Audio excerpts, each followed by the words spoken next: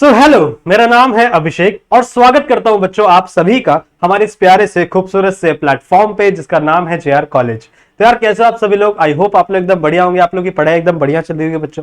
ठीक है। जैसा कि आपको पता है हमने हमारे इस प्लेटफॉर्म पे 11th स्टैंडर्ड और 12th स्टैंडर्ड के लेक्चर शुरू किए हैं केमिस्ट्री और बायोलॉजी के। अगर मैं 12वीं की बात करूं बच्चों तो 12वीं का सिर्फ और सिर्फ केमिस्ट्री पेंडिंग है, बाकी सारे सब्जेक्ट्स कंप्लीटेड है। सही है। अगर मैं 11वीं की बात करूं तो 11वीं में केमिस्ट्री के भी कुछ लेसन बचे हुए हैं, साथ ही साथ बायोलॉजी के भी आपके कुछ लेसन पेंडिंग है इस चैनल के ऊपर। बाकी जो हमारा मेन चैनल जेआर ट्यूटोरियल्स, वहां पर भी काफी सारे लेक्चर्स कंप्लीटेड हैं। तो मान लो अगर आपको ये जो चैप्टर है ये मैंने ऑलरेडी कंप्लीट किया हुआ है जेआर ट्यूटोरियल्स वाले चैनल पे, अगर आपको पूरा कंप्लीट पढ़ना है तो आप वहां पर भी जाके पढ़ सकते हो। अगर आपको फ्रेश नए लेक्चर चाहिए बच्चों तो इस वीडियो पे, इस चैनल पर आपको मिलते रहेंगे। सही है बच्चों। हम लोगों ने पिछले कुछ लेक्चर से शुरू किया हुआ एक बहुत ही इंपॉर्टेंट चैप्टर जिसका नाम है फोटोसिंथेसिस, आपके 11th बायोलॉजी से। ठीक है। लेसन नंबर है 12 और फोटोसिंथेसिस हम लोग पढ़ रहे हैं। इसके 2 लेक्चर ऑलरेडी अपलोडेड है हमारे चैनल के ऊपर। अगर आपने नहीं देखा है तो जरूर से जाकर उन लेक्चर्स को देखिएगा। सही है। वो लेक्चर्स बहुत ज्यादा इंपॉर्टेंट है। अगर आप पूरे सीरीज को फॉलो कर रहे हो तो बहुत अच्छी बात है, हर एक लेसन ध्यान से सुनना। और अगर आप सिर्फ और सिर्फ लाइट रिएक्शन पढ़ने आए हो तो कोई बात नहीं, आप इस वीडियो को देख सकते हो बच्चों एंड तक। ठीक है। लाइट रिएक्शन इस वीडियो के अंदर मैं आप लोग को समझाऊंगा क्या होती है लाइट रिएक्शन। ठीक है। थोड़ा थोड़ा बेसिक जानेंगे उसके बारे में, हम लोग समझेंगे कि आखिरकार लाइट रिएक्शन कैसे डिपेंड करती है और डार्क रिएक्शन कैसे डिपेंड करती है लाइट रिएक्शन पे। ठीक है। तो ये दोनों का एक दूसरे के ऊपर डिपेंडेंस, इंडिपेंडेंट, इसकी भी चर्चा करेंगे हम लोग इस लेक्चर के अंदर। सही बात है। ठीक है। सो चलो बच्चों स्टार्ट करते हैं आज के इस लेक्चर को। एक और बात आपको बता दूं कि अगर आपने हमारे ऐप को डाउनलोड नहीं किया है तो इस ऐप को जरूर से अपने फोन में डाउनलोड करके रख लीजिएगा। सही है। उसी के साथ साथ अगर आपको कोई भी डाउट होता है केमिस्ट्री में, बायोलॉजी में बच्चों, तो आप आ सकते हो मेरे इंस्टाग्राम पे, यहां पर आप आकर मुझे मैसेज कर सकते हो। ठीक है, चलेगा। सो बच्चों लेट्स स्टार्ट द टॉपिक। चलो आ जाओ, बातें करना शुरू करते हैं। सबसे पहला टॉपिक आज का हम लोग शुरू कर रहे हैं, स्टेप्स इन फोटोसिंथेसिस। अब देखो फोटोसिंथेसिस क्या होता है क्या नहीं, ये आप लोग को पता है। आप लोग को पता है स्पेक्ट्रम क्या होता है, आप लोग को पता है क्लोरोप्लास्ट का स्ट्रक्चर क्या होता है। अगर नहीं पता है तो इसका मतलब इसके पहले के वीडियोस नहीं देखे हैं आपने, तो उसको देखना है, उन वीडियोस को देखना है, तभी आप समझ पाओगे कि क्लोरोप्लास्ट क्या होता है, फोटोसिंथेसिस इस प्रोसेस क्या होती है, इसके अंदर एक्चुअल में होने क्या वाला है। समझ रहे हो। तो ये सारी चीजें बातें ऑलरेडी कर रखी है मैंने। अब हम लोग शुरू करेंगे बच्चों स्टेप्स इन फोटोसिंथेसिस। ध्यान से सुनेंगे। ठीक है, ध्यान से सुनेंगे। हम लोग चालू करने वाले हैं स्टेप्स इन फोटोसिंथेसिस। आपका जो फोटोसिंथेसिस है बच्चों वो टोटल 2 स्टेप्स में डिवाइडेड है। ठीक है। आपका जो फोटोसिंथेसिस है वो टोटल 2 स्टेप्स में डिवाइडेड है। सबसे पहला जो स्टेप है वो है आपका लाइट रिएक्शन। ठीक है। वो कौन सा स्टेप है आपका? Light reaction. And the second step of the photosynthesis is the dark reaction. ठीक है, समझ में आ गया।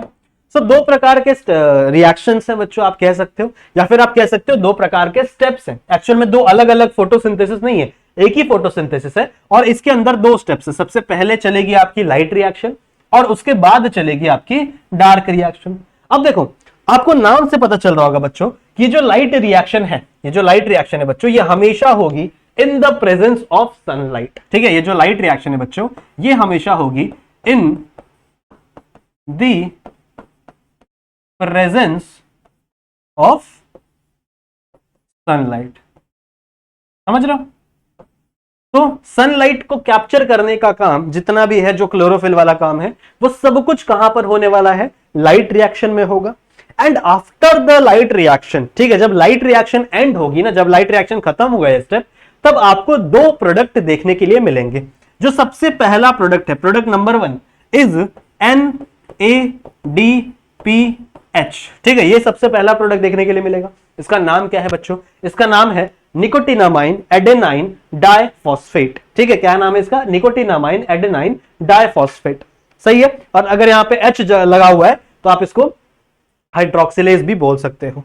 और जो दूसरा प्रोडक्ट है हमारे लाइट रिएक्शन का बच्चों वो है ATP, the final product. And the second product आप कह सकते हो हमारे लाइट रिएक्शन का, वो क्या है? हमारा ATP।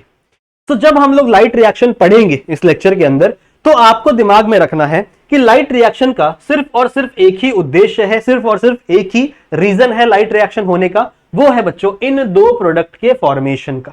सही है, 2 प्रोडक्ट के फॉर्मेशन का। कौन कौन सा प्रोडक्ट है? एक है आपका NADPH और एक है आपका एटीपी। यही दोनों प्रोडक्ट हमको फॉर्म करना है ड्यूरिंग द लाइट रिएक्शन। समझ में आ गया? क्लियर है ना? उसके बाद बच्चों सेकंड स्टेप शुरू होती है जिसका नाम है डार्क रिएक्शन।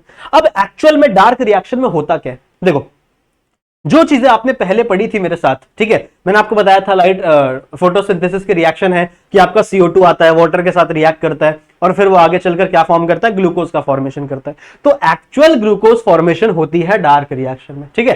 एक्चुअल जो ग्लूकोज फॉर्मेशन है this is going to happen in dark reaction. तो डार्क रिएक्शन में आएगा आपका कार्बन डाइऑक्साइड, ठीक है। कार्बन डाइऑक्साइड बच्चों एक साइक्लिक प्रोसेस में गुजरता है। इस बहुत सारी टाइप की साइक्लिक प्रोसेस है। C3 साइकिल हम लोग पढ़ेंगे C4 साइकिल, सही है। हम लोग पढ़ेंगे फोटो रेस्पिरेशन क्या होती है, हम लोग पढ़ेंगे कैम प्लांट्स क्या होते हैं। अलग अलग टाइप्स के आपको डार्क रिएक्शन देखने के लिए मिलेंगे। सो आई कैन से बच्चों कि यहां पर एक साइक्लिक प्रोसेस होगी। At the end of the cycle बच्चों यहां पर आपको मिलेगा ग्लूकोज मॉलिक्यूल, ठीक है। यहां पर आपको क्या मिलेगा? ग्लूकोज मॉलिक्यूल, सही है। अब CO2 ऐड हुआ, आपको क्या मिला? ग्लूकोज। बट ये रिएक्शन चलने के लिए, ये जो डार्क रिएक्शन है बच्चों, ये रिएक्शन चलने के लिए NADPH और ATP बहुत ज्यादा इंपॉर्टेंट फैक्टर हैं। क्या बोला मैंने? समझ में आ गया? अगर ये रिएक्शन को चलाना है, अगर ये रिएक्शन चलनी चाहिए बच्चों, तो ये दोनों फैक्टर बहुत ज्यादा इंपॉर्टेंट है। किसके लिए? ये रिएक्शन के लिए। अगर आपके पास ATP नहीं है, अगर आपके पास NADPH नहीं है, तो आप डार्क रिएक्शन नहीं कर सकते। समझ में आई बात? आप डार्क रिएक्शन नहीं कर सकते। क्लियर है बच्चों? ठीक है। तो यहां से हमको एक चीज समझ में आती है कि ये जो डार्क रिएक्शन है ना, it is totally dependent on the light reaction. सही बात है। और मैंने आपको बताया कि ये लाइट रिएक्शन सनलाइट के प्रेजेंस में होगी, तो डार्क रिएक्शन भी सनलाइट के प्रेजेंस में। ऐसे नहीं होगी कि ये रात को होगी, ये रात वाली प्रोसेस नहीं है, ठीक है। एक्चुअली सिर्फ इसके नाम को डिफरेंशिएट करने के लिए इसका नाम लाइट और इसका नाम डार्क रिएक्शन रखा गया है। तो ये रिएक्शन भी आपके सनलाइट के प्रेजेंस में ही होती है। बट डिफरेंस क्या है कि लाइट रिएक्शन का जो प्रोडक्ट है वो यूज होता है किसके अंदर? डार्क रिएक्शन में यूज होता है, ठीक है। इसका जो प्रोडक्ट है ये यूज होता है बच्चों किसके अंदर? डार्क रिएक्शन में यूज होता है। इसीलिए आप कह सकते हो that dark reaction is totally dependent on the light reaction. समझ में आई बात? Dark reaction is totally dependent on the light reaction. अगर लाइट रिएक्शन नहीं चलेगी तो ना NADPH बनेगा, ना ATP का फॉर्मेशन होगा। और अगर ये दोनों प्रोडक्ट नहीं होंगे प्लांट्स के पास, तो प्लांट्स डार्क रिएक्शन नहीं कर पाएगा, ठीक है। प्लांट आपका ग्लूकोज का फॉर्मेशन नहीं कर पाएगा। समझ में आई बात? समझ में आई बात? ठीक है। आई होप आपको चीजें समझ में आ रही होंगी यहां तक, ठीक है। अब आपको पता होना चाहिए बच्चों कि आपका फोटोसिंथेसिस तो होता है साइटोप्लाज्म में। बहुत अच्छी बात है। फोटोसिंथेसिस कहां पे हो रहा है?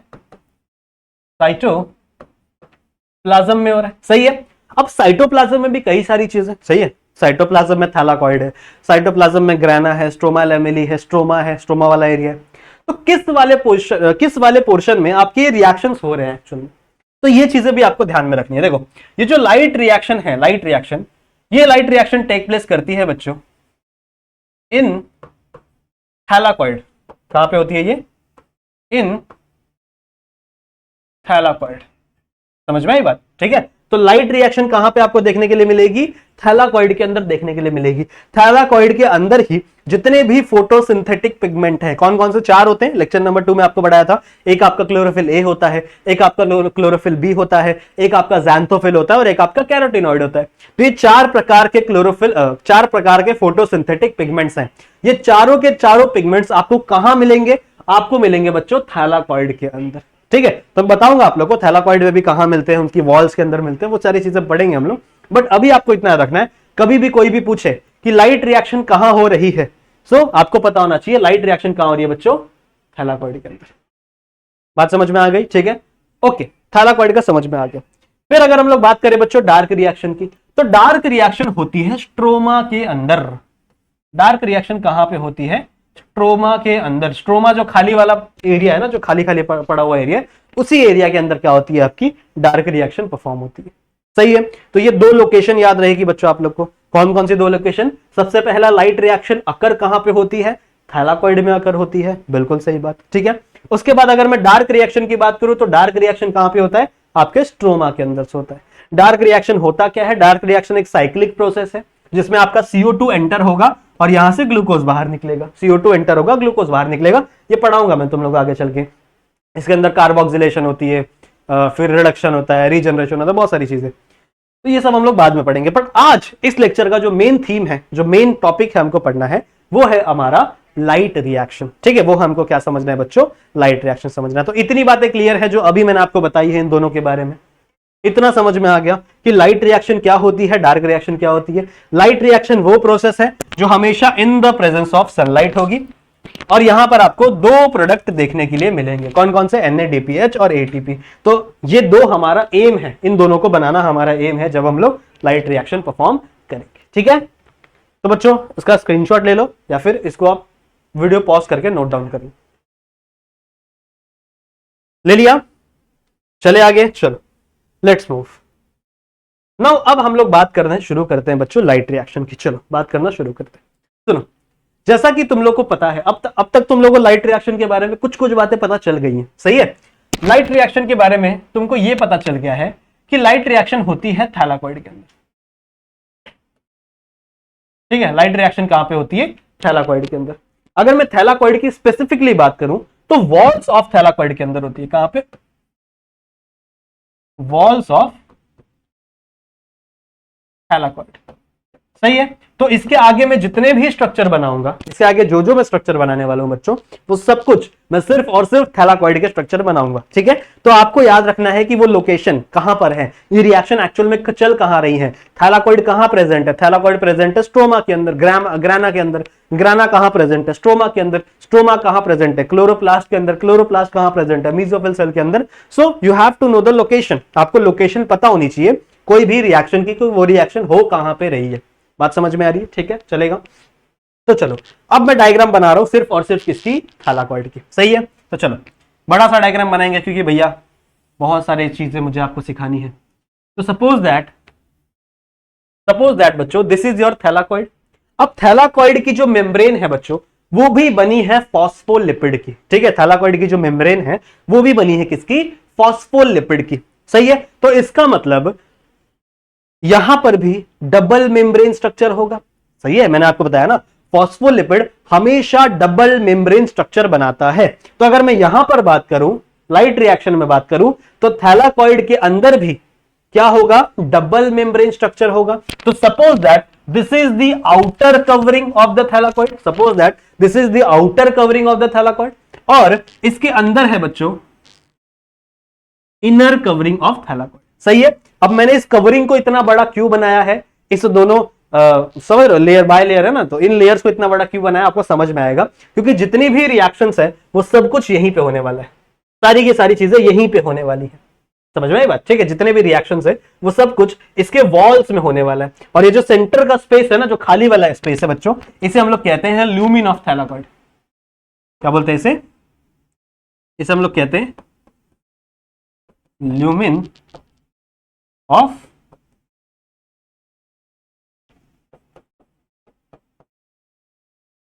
थैलाकॉइड, ठीक है। तो ल्यूमिन ऑफ थैलाकॉइड मतलब ये खाली वाला एरिया, इसको ल्यूमिन कहा जाता है।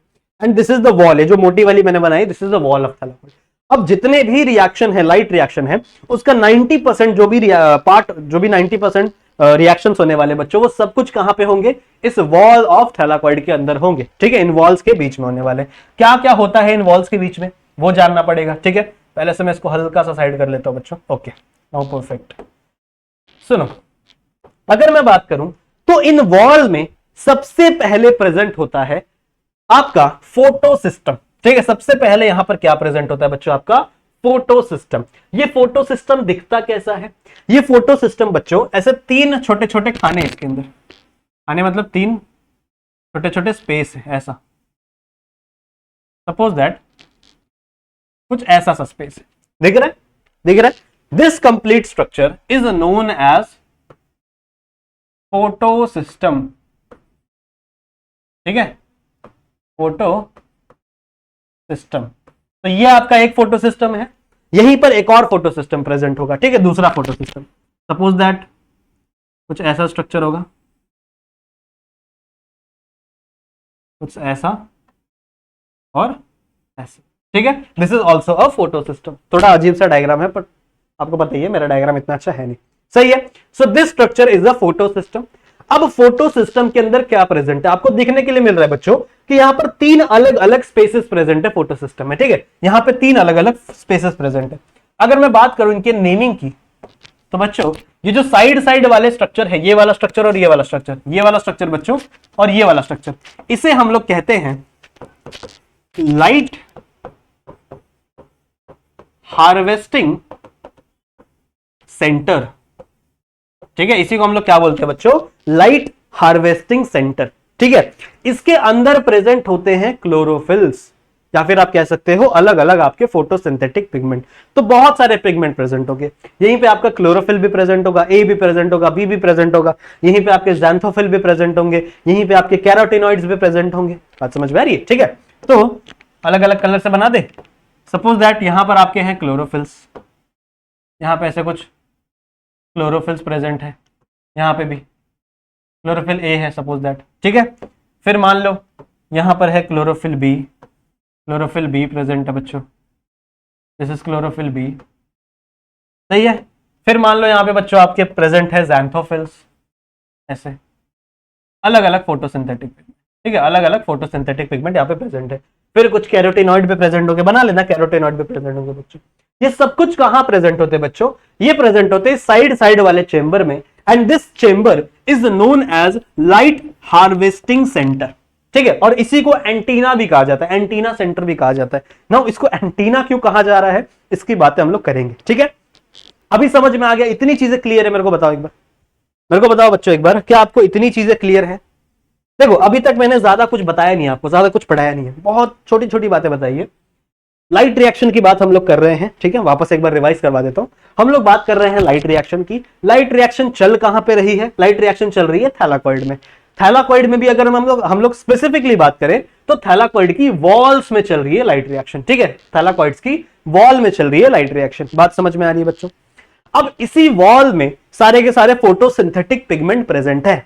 कहां प्रेजेंट है बच्चों, वो एक ऐसे स्ट्रक्चर में प्रेजेंट होते हैं, ऐसे कंटेनर्स में प्रेजेंट होते हैं, जिसको हम लोग कहते हैं लाइट हार्वेस्टिंग सेंटर, ठीक है। इसे हम लोग क्या बोलते हैं, लाइट हार्वेस्टिंग सेंटर। इसे ही एंटीना भी कहा जाता है, लिख लेना यहीं पे बाजू में, ठीक है। मैं नहीं लिख रहा, लिख लेना, बुक में दिया है तुम्हारे, टेंशन मत। This is the light harvesting centre, और इसके बीच में प्रेजेंट होगा आपका रिएक्शन सेंटर। ये मैंने बताया नहीं, आप लोग को बताऊंगा, टेंशन मत लो। ये बीच वाला पोर्शन होता है रिएक्शन सेंटर। तो मैंने अभी तक इतनी ही बात की है बच्चों, ज्यादा कुछ मैंने आपको बताया नहीं है। अच्छा हाँ, मैंने आपको ये भी बताया कि ये जो थैलाकॉइड है, इसके बीच का जो स्पेस होता है ना, वो खाली होता है, वेकेंट पड़ा हुआ रहता है, खाली। तो बायोलॉजी में किसी भी खाली चीज को हम लोग क्या बोल देते हैं, lumen. So this portion is the lumen of thylakoid. इसको हम लोग क्या बोलते हैं बच्चों, ल्यूमिन ऑफ थैलाकॉइड। बात समझ में आ गई, इतनी बात समझ में आ गई, बताओ मेरे को जरा, इतनी बात समझ में आ गई, ठीक है। स्क्रीनशॉट लेना है, इसको वीडियो को पॉज करके नोट करना है, कर लो। किया, चले आगे बढ़े। अब देखो, मुझे सबसे पहले, अब देखो ये रिएक्शन आगे बढ़ा तो दूंगा मैं, पर मुझे सबसे पहले आपको समझाना पड़ेगा फोटो सिस्टम के वर्क कल्चर के बारे में। आखिरकार ये वर्क कैसे करता है, समझ लो, फोटो सिस्टम काम कैसे करता है। इसके अंदर इतने सारे फोटोसिंथेटिक पिगमेंट प्रेजेंट होते हैं, इनका काम क्या है एक्चुअल में, ठीक है। तो फर्स्ट ऑफ ऑल हम लोग फोटो सिस्टम को देखते हैं, सही है, तभी हमको आगे के रिएक्शन समझ में आएंगे, सही है। चलो आ जाओ बात करते हैं। कहां गया फोटो सिस्टम, हाँ, हम लोग बात कर रहे हैं बच्चों किसके बारे में, फोटो सिस्टम्स के बारे में। सुनो, कैसा स्ट्रक्चर होता है फोटो सिस्टम का, कैसा स्ट्रक्चर होता है बच्चों। देखो, बीच में आपका एक पोर्शन है, ठीक है, बीच में आपका एक पोर्शन है, फिर एक पोर्शन है राइट साइड में, और एक पोर्शन है लेफ्ट साइड में। इस पूरे स्ट्रक्चर को हम लोग क्या बोलते हैं बच्चों, फोटो सिस्टम। क्लियर है, कोई दिक्कत की बात नहीं, I hope I am very clear, ठीक है। फिर बच्चों, ये जो लेफ्ट वाला एरिया है एंड ये जो राइट वाला एरिया है, इसे हम लोग कहते हैं लाइट हार्वेस्टिंग सेंटर, ठीक है, या फिर इसी को ही हम लोग क्या बोल देते हैं, एंटीना। क्यों बोलते समझ में आएगा, ठीक है, क्यों बोलते समझ में आएगा। देखो, मैंने आपको क्या सिखाया, इस लाइट हार्वेस्टिंग सेंटर के अंदर, ये जो लाइट हार्वेस्टिंग सेंटर है बाजू बाजू वाला बच्चों, इसके अंदर प्रेजेंट है फोटोसिंथेटिक पिगमेंट, ठीक है। सपोज दैट बच्चों, यहां पर कोई एक पिगमेंट प्रेजेंट होगा जिसका नाम है, मान लो कैरोटिनॉइड है, suppose that this is carotenoid present.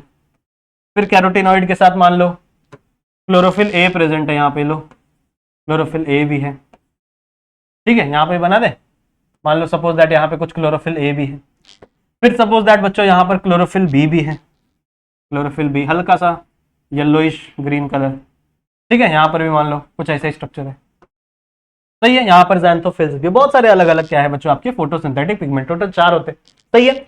अब हमको समझना है फंक्शन, ये तो आपको पता है पहले से, ये तो आपको पता है। चलो अब हमको समझना है कि आखिरकार ये करेंगे क्या, प्रेजेंट तो है ये, पर आखिरकार ये करेंगे क्या, इनका फंक्शन क्या है, इनको एंटीना क्यों बोल रहे हैं सर आप।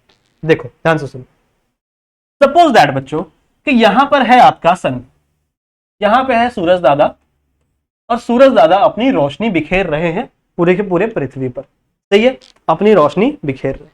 अब होगा क्या बच्चों, सुनो ध्यान से, मैं क्या कहने वाला हूं ध्यान से सुनो। आपने एक्साइटेशन के बारे में पढ़ा है, आपने पढ़ा है बच्चों photo excitation, there is a term called as photo excitation. यहां देखो, देयर इज अ टर्म बच्चों कॉल्ड एज फोटो एक्साइटेशन। इसका मतलब क्या है, इसका मतलब यह है बच्चों कि एक एटम प्रेजेंट है, ठीक है, there is an atom, imagine करो, ध्यान से सुनना मैं क्या बोलने जा रहा हूं, बहुत इंपॉर्टेंट लाइन है। एक एटम प्रेजेंट है, एटम का स्ट्रक्चर कैसा होता है, एटम का स्ट्रक्चर है बच्चों कि बीच में आपका प्रोटॉन होगा, सही है, और इसके बाहर प्रेजेंट होगा एक शेल, और इस शेल में रखे होंगे बहुत सारे इलेक्ट्रॉन। तो मान लो यहां पे इलेक्ट्रॉन है, यहां पे इलेक्ट्रॉन है, सही है, और इसके बाहर बच्चों एक और शेल प्रेजेंट होगा, बट मान लो ये शेल खाली है, and this is stable compound, ये ग्राउंड स्टेट में है।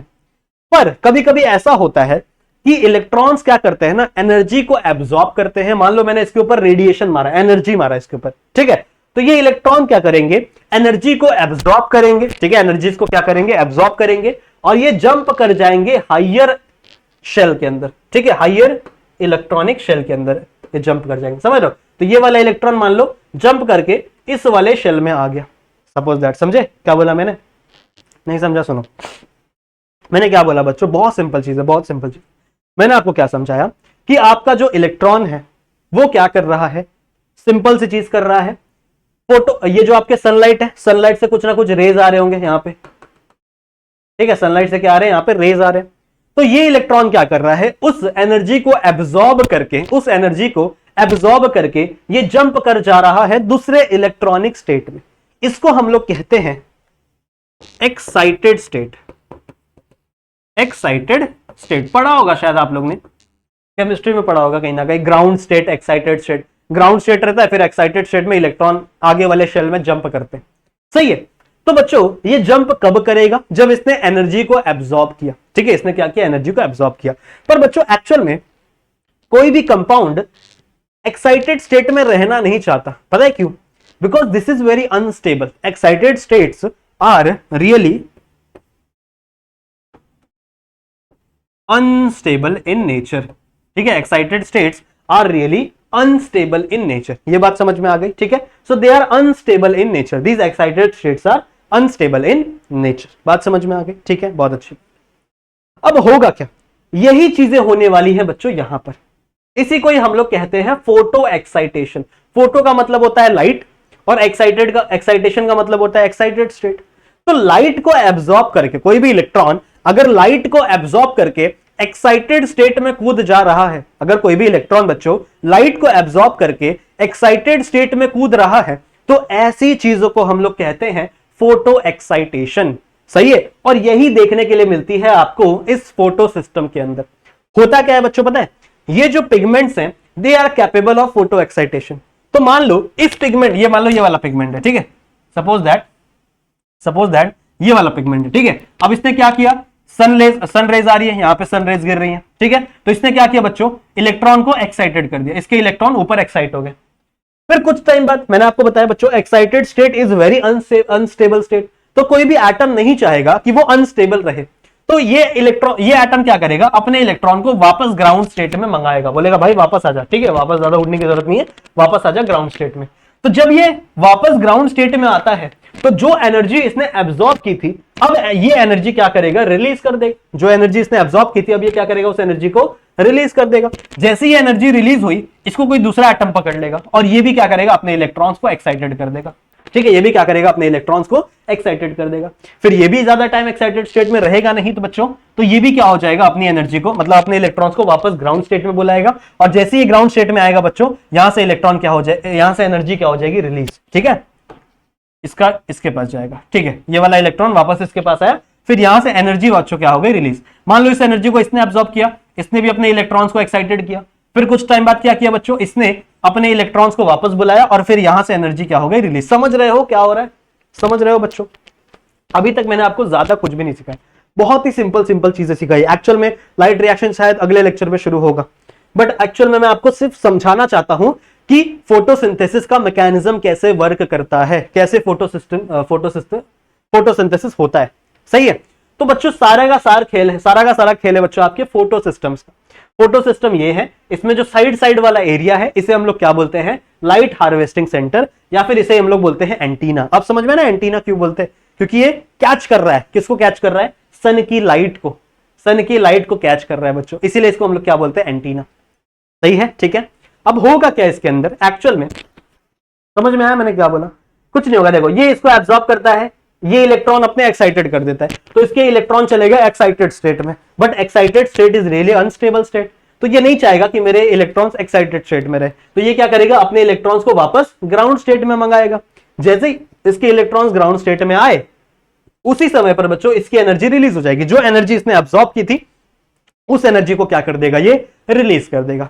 फिर जैसे इसने रिलीज किए, इसके बाजू में जो भी मॉलिक्यूल प्रेजेंट होगा वो क्या कर लेगा, उस एनर्जी को एब्जॉर्ब कर लेगा और अपने इलेक्ट्रॉन्स को एक्साइटेड स्टेट में भेज देगा।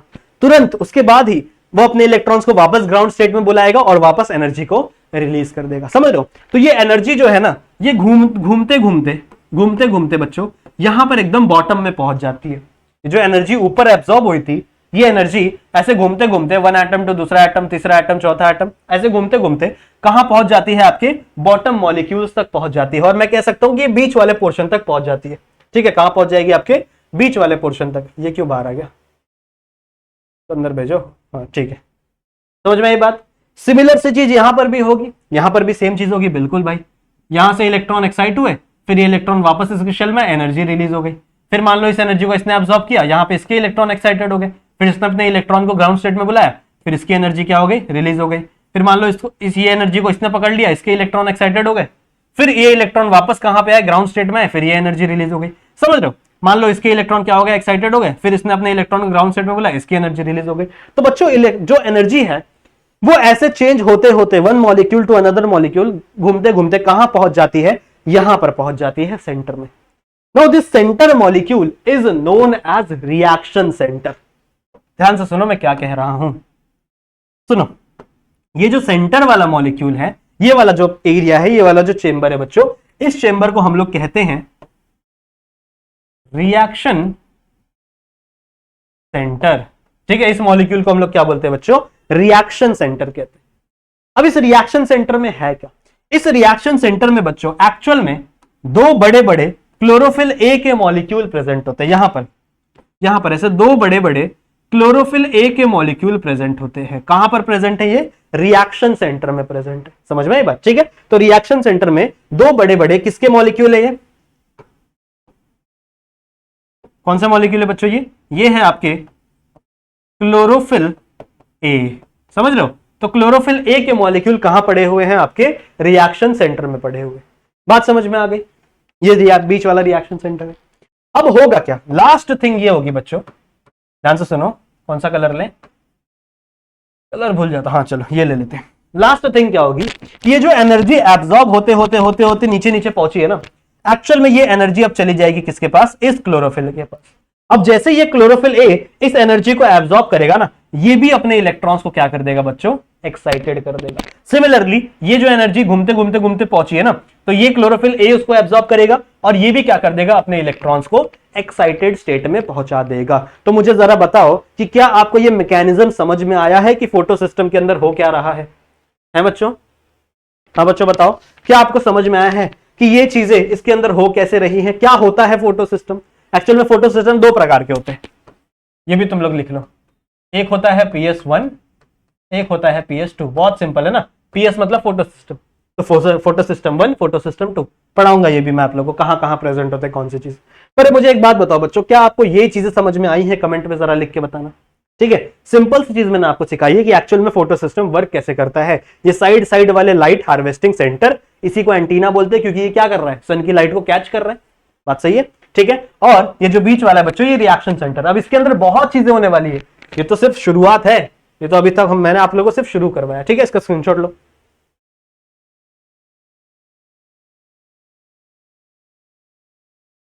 लिया?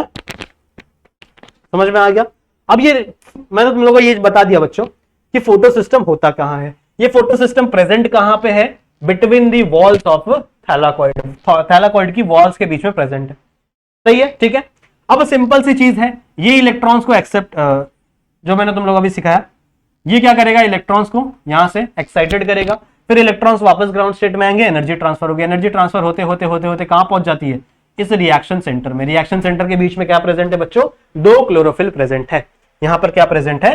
2 क्लोरोफिल प्रेजेंट है। ये सारी एनर्जी को एब्सॉर्ब करने के बाद ये क्या कर देता है, इलेक्ट्रॉन को एक्साइटेड कर देता है। ठीक है, ये क्या कर देता है, इलेक्ट्रॉन्स को एक्साइटेड कर देता है। समझ में आई बात? ठीक है, आई होप आप लोगों को इतनी चीजें समझ में आ गई होंगी। अच्छा, ये वाला जो फोटो सिस्टम है, जो मैंने अभी आपको सिखाया है, this photosystem is known as PS2। इसको हम लोग क्या बोलते हैं बच्चों? PS2। वो PS5 वाला गेम वाला नहीं, फोटो सिस्टम 2। और ये वाला जो फोटो सिस्टम है, जिसकी कहानी हम लोग समझेंगे आगे बच्चों, इसका नाम है PS1।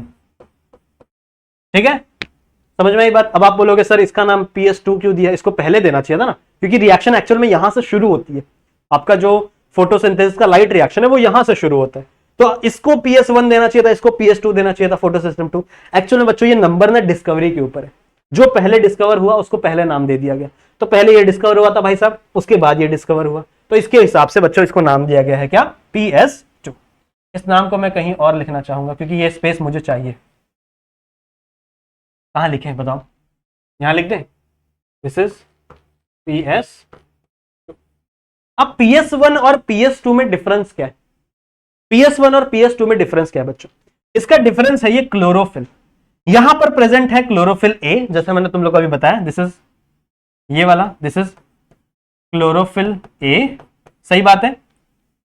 और ये वाला जो सिस्टम है बच्चों, इसके अंदर भी प्रेजेंट है क्लोरोफिल A। तो सर बोलोगे डिफरेंस क्या है सर? ये क्या बोल दिए आप, तो दोनों ही सेम ही है। ये भी क्लोरोफिल A है बच्चों, पर इन दोनों क्लोरोफिल A का नाम अलग है। पता है क्या? इन दोनों क्लोरोफिल A का नाम अलग है। ये जो क्लोरोफिल A है बच्चों, इसका नाम है P680।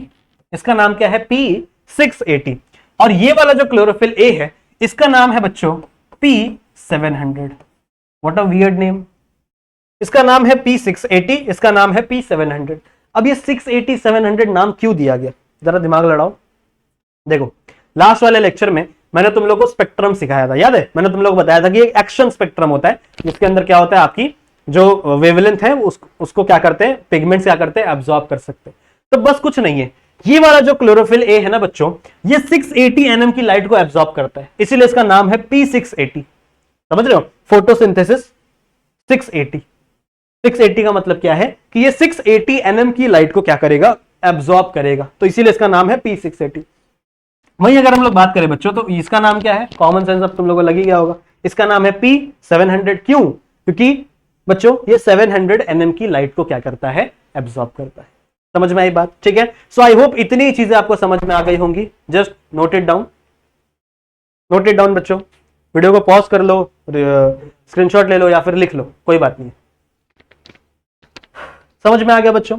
तो ये आपके लाइट रिएक्शन की अभी शुरुआत है। ठीक है, अभी इसके अंदर एक जेड स्कीम चलती है। यहां पर आपका प्राइमरी इलेक्ट्रॉन एक्सेप्टर होगा, फिर वो प्लास्टोक्यूनिन को जाएगा, प्लास्टो के साइटोक्रोम, मतलब पूरा एक रिएक्शन चलता है। समझ रहे हो? तो इस लेक्चर को हम लोग यहीं पर एंड करेंगे। मैं नहीं चाहता लेक्चर बहुत बड़ी हो जाए, 1 घंटा 1.5 घंटे की लेक्चर बन जाए। ठीक है, तो बच्चों इस लाइट रिएक्शन वाले टॉपिक को हम लोग अपने अगले वाले लेक्चर में कवर करेंगे। सो अगर आप ये लेक्चर देखे हो एंड तक, तभी आपको अगला लेक्चर समझ में आएगा। अगर आपने इस लेक्चर में कुछ बातें मिस कर दी हो, या फिर आपका ध्यान सिर्फ फोन पे हो, आपका मन कहीं और लगा हुआ है, सही है, तब आपका लेक्चर नंबर 2 आपको समझ में नहीं आएगा। ठीक है, सो लाइट रिएक्शन पढ़ने के लिए आपको ये लेक्चर देखना बहुत ज्यादा जरूरी है, और आपको पता होना चाहिए कि लाइट हार्वेस्टिंग सेंटर क्या है, आपको पता होना चाहिए रिएक्शन सेंटर क्या है, आपको पता होना चाहिए यहाँ पर क्या हो रहा है एक्चुअल में। समझ में आ गई बात? ठीक है, तो बच्चों इस लेक्चर को हम लोग कंटिन्यू करेंगे हमारे नेक्स्ट वाले लेक्चर में, ठीक है, इस टॉपिक को। आई होप आप लोगों को ये लेक्चर पढ़ के मजा आया होगा, जितनी भी चीजें मैंने सिखाई हैं वो चीजें आपको समझ में आई होंगी। बाकी बच्चों मैं मिलता हूं आप लोगों से एक दूसरे वीडियो में। इस वीडियो को शेयर कर देना अपने दोस्तों के साथ। बाकी कोई भी डाउट हो तो इंस्टाग्राम पे आ जाना मेरे, कोई दिक्कत की बात नहीं। बहुत सारे बच्चे वहां पर अपने डाउट मुझ तक पहुंचाते रहते, तो आप भी वहां पर अपने डाउट मुझ तक पहुंचा सकते हो, ठीक है, चलेगा। सो बच्चों मैं मिलता हूं आप सभी से एक दूसरे लेक्चर में, तब तक के लिए आप अपना ध्यान रखना, ठीक है, and keep studying. Bye bye.